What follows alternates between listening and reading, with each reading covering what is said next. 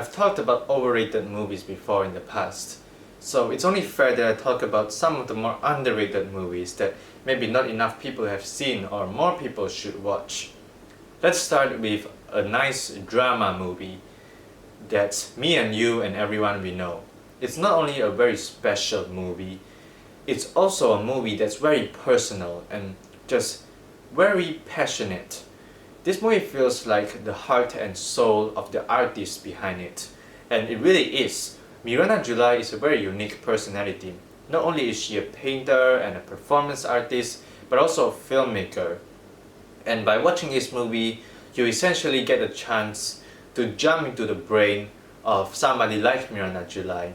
And I really appreciate this chance to jump into the head of somebody that is as special and unique as Miranda July. She has a very unique and singular vision, and this movie really shows that vision very well. Even though it's about the real world that we inhabit in, it doesn't feel like the real world because it's seen through the perspective of Miranda July, and it makes everything seem so much more otherworldly and whimsical than it actually is. This movie is just very unique from a visual standpoint, and in many ways it is an extension of the artist herself. And I like movies like this that feel very personal.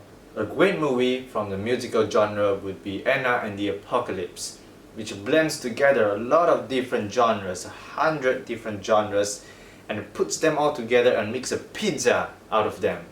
And this movie is very different from Me and You and Everyone We Know. While that movie is very introspective and personal, this movie is just a crazy mix of zombies and family drama and high school teenage drama and comedy and a Christmas movie. It's even a Christmas movie. It's everything together in a movie. It's insane how many genres that this movie tackles. But what's even more insane is how well it actually tackles all of these different genres. As a comedy, it is funny. As a drama, it is emotional. And as a zombie movie, it is very bloody and gory. And as a Christmas movie, it does have that festive spirit. But most importantly, as a musical, it really appeals to musical fans very well. Its music may be more pop-oriented, but the music and the story comes together very well, and they complement each other very well. This movie is a very weird mix of a lot of different genres, and you should definitely check it out. I find it to be very, very impressive. A fun movie in the zombie genre would be Dead Snow 2. This is a Norwegian movie that's a sequel to the original Dead Snow, but it's tonally very different. The original Dead Snow has a few silly moments, but they are mostly buried beneath a very serious and very straight-faced surface. And in this movie, it really embraces the silliness that is only hinted in the first movie. Really, it takes away all of the serious stuff that's on the surface of the first movie and really reveals what's the true heart of this series, which is the silliness and the wackiness, the craziness. This movie really embraces that, and you never know what's going to happen next. A lot of these really crazy movies are very, very unpredictable. And even if you could guess what would happen next, most likely what happens next is actually a lot crazier than you imagine in your head. Really, this movie is one of the craziest movies that I have ever seen, and it's easier seen than described. So you should really watch this movie for yourself. If you want a really serious zombie movie that examines what would happen to the world after a zombie outbreak happens, don't watch this movie. If you want a movie that is just fun, funny, crazy, doesn't take itself too seriously, then definitely watch Dead Snow 2. Although I definitely recommend you to watch the first movie first, in order to understand the world of Dead Snow before you hop on to the sequel. A really underrated comedy would be Heartbreak Hotel, directed by Chris Columbus.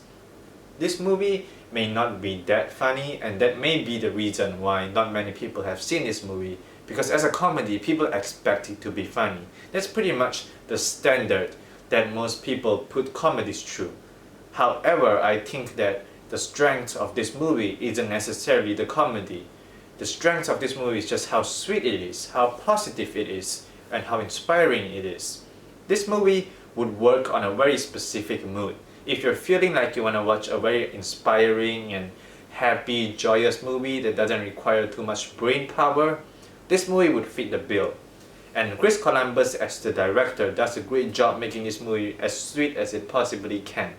And I mean, everybody is going to feel happy and positive after watching this movie. So really, I don't think I have any problem with this movie not being that funny in the first place.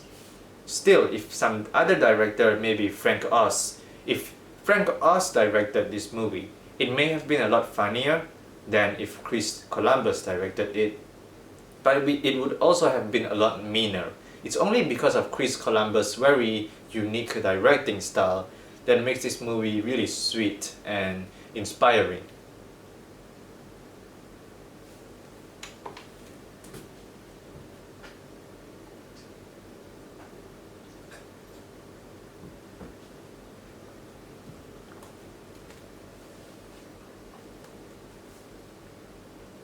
Lastly, a really underrated movie that comes from the teen movie genre, a genre that I really love a lot, and it's Career Opportunities. This movie stars Jennifer Connelly as well as Frank Willy, and both of them give up really good performances in this movie that overcome some of the bigger problems that this movie has that may be holding it back from truly achieving greatness. Still, this movie was written by John Hughes, and really it definitely benefits from John Hughes being the writer. It has that really sensitive teenage dialogue that is very relatable on many levels, something that's John Hughes' signature at this point, as well as the really rebellious teenage nature of John Hughes movies. And it definitely appeals to those type of fans of John Hughes. But also, it definitely suffers from some narrative issues. For example, the story beats do not flow together very well. Some stuff almost happen out of nowhere. You don't know where they come from, they just suddenly happen, like magic. And the ending of this movie feels very rushed. A lot of really big story issues. But all of those issues are ultimately overcome by just the great chemistry between Frank Willy as well as Jennifer Connelly, who at the point of shooting this movie is just timeless beauty. Jennifer Connelly in this movie is just incredibly pretty and attractive and dreamy as well, and this movie utilizes all of the unique features that Jennifer Connelly has as an actress. Putting her in this role really fits her because she does have that very dreamy look in her eyes all the time in all of her movies. And this movie fully utilizes it in a way that not many other movies do. It also utilizes Frank Willy's knack for acting very awkward characters. He's really good at doing that, and this movie also utilizes that as well. So really, this movie puts out the best from both of its main leads.